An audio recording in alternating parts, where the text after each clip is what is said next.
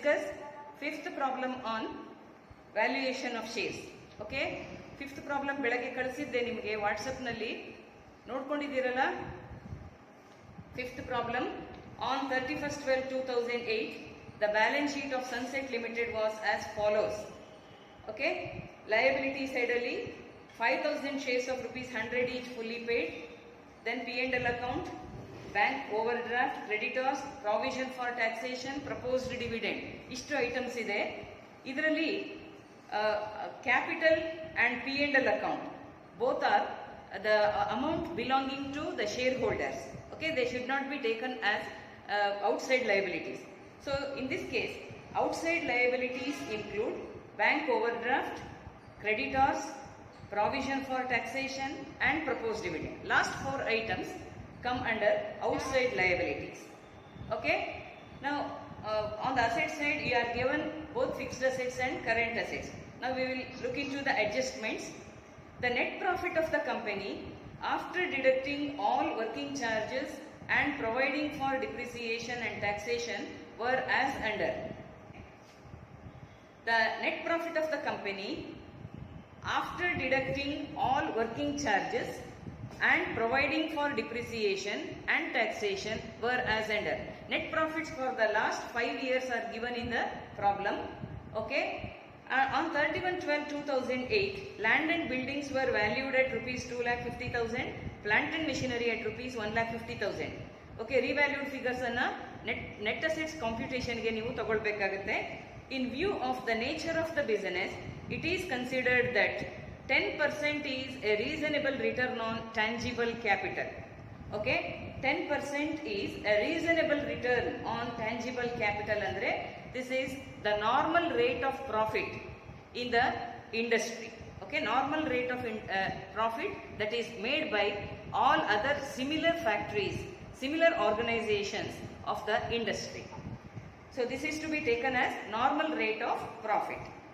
Prepare a valuation of company shares after taking into account the revised values of the fixed assets and your own valuation of goodwill. Okay, adan sariyagi observe madi. Your own valuation of goodwill based on 5 years purchase of the annual super profits. Now, before finding out the intrinsic value of the share, you have to first of all find out the value of goodwill. Okay, the value of goodwill is computed at 5 years purchase of the super annual profits anta helidare. Now that means you have to find out the super profits of the company. Now how do you ascertain super profits? Super profits is equal to average profits made by the company minus normal profits.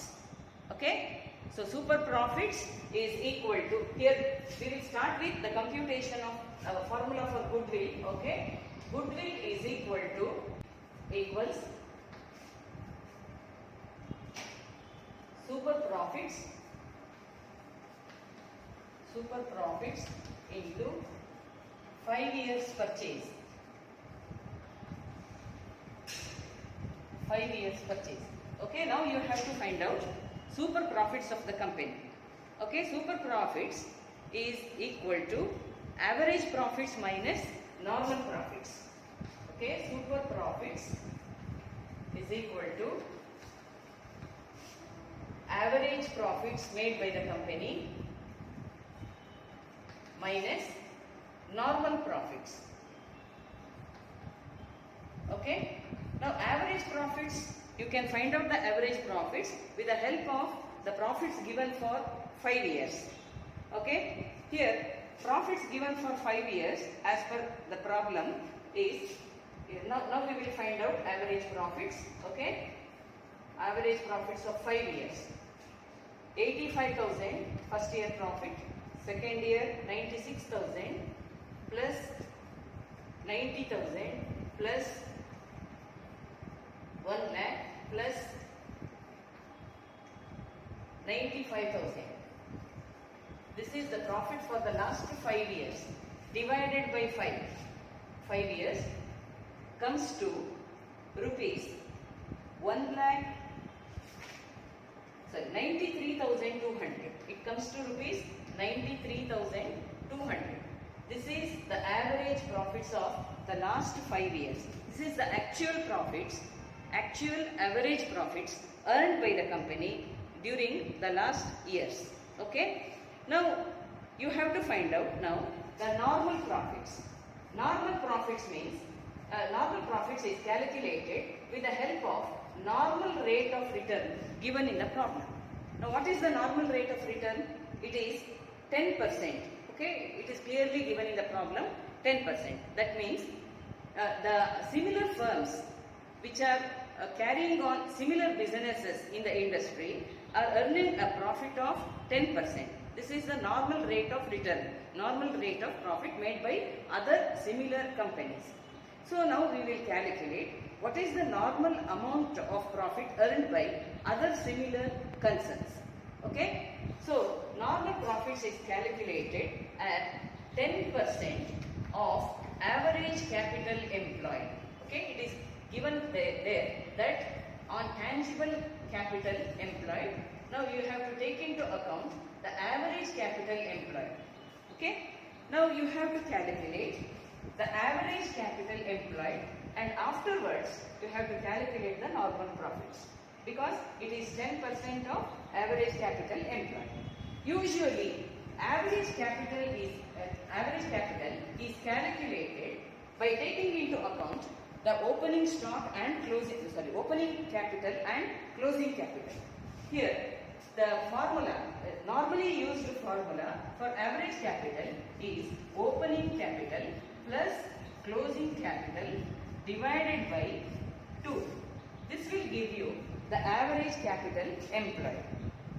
But in this case, it is not possible to adopt this formula, because you can calculate only closing capital by taking into account the net assets of the company, but opening capital is not given in the problem.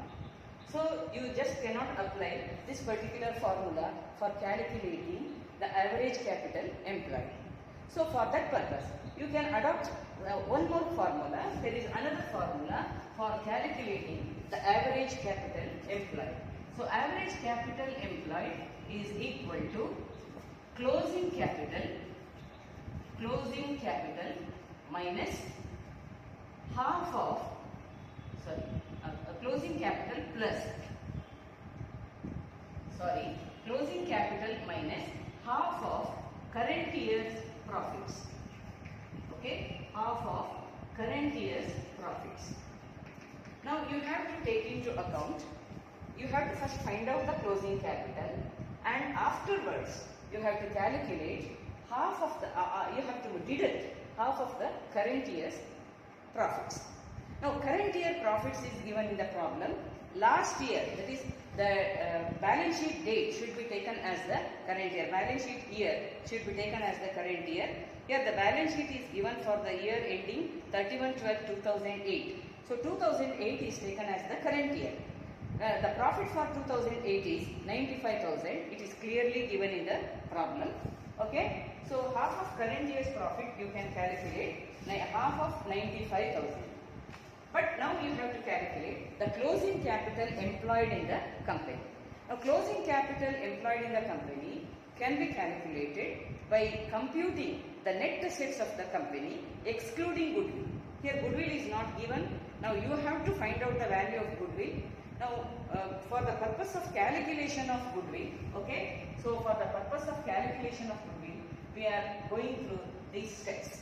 Okay, here now you have to calculate the closing capital employed by the company.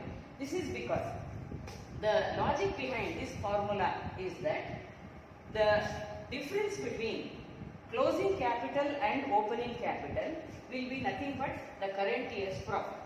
Okay, the difference between closing capital and opening capital is the difference, that difference represents the capital earned by the profit earned by the company during the current year. Now if you deduct half of the current year's profit, you will get the average capital employed. Okay, whether you adopt this particular formula or this formula, you will get the same answer. Okay, But in this problem, it is not possible to apply the first formula, so we are applying the second formula. Now, we will calculate the closing capital employed in the company. Okay, closing capital of the company should be calculated now. Now, closing capital employed is calculated by taking into account the net assets of the company. Okay, you have to take into account the revalued figures of the assets, and you have to deduct all outside liabilities out of the assets. Now, closing capital employed. Here, capital is nothing but assets minus liabilities.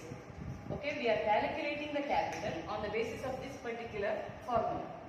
Take the total assets and deduct the outside liabilities from the assets. Then you will get the closing capital employed. So, here closing capital employed is equal to the assets minus liabilities.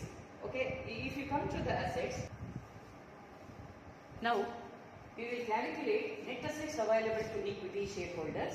Okay, total gross assets was 9,05,000, and you have to add the value of goodwill here. Okay, value of goodwill is calculated just now, 1,45,750.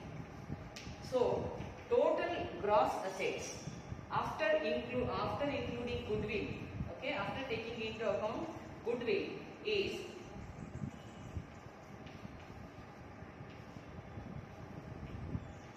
9,50,750. Okay. Now if you deduct out of this amount 9,50,750, this is total gross assets. Okay, total gross assets including goodwill. Okay. Now you have to deduct outside liabilities. Outside liabilities. Okay. The above outside liabilities, the total of the outside liabilities come to rupees 2,17,000. 2,17,000 to total outside liabilities. Okay. So it should be 8,33,750. Okay. The total is 8,33,750. Now, the intrinsic value is calculated as follows. Intrinsic value per equity share is equal to 8,33,750 divided by, this must be 10,50,750. Sorry, there is a mistake in this context. Okay, this is 10,50,750, out of which you have to deduct 2,17,000, and you will get the net assets including goodwill. Okay, this is net assets including goodwill, and this is the net assets available for equity shareholders. Okay, this is available for equity shareholders, because there are no other shareholders in the company. So net assets including goodwill that is available for equity shareholders is 8,33,750. Now find out the intrinsic value. Intrinsic value is equal to 8,33,750 divided by the number of equity shares. Number of equity shares is given in the balance sheet. Okay, it is given that 5,000 shares of rupees 100 is fully paid. So there are 5,000 equity shares. Now the value per share comes to rupees 166.75. 166.75. This is the intrinsic value. Thank you.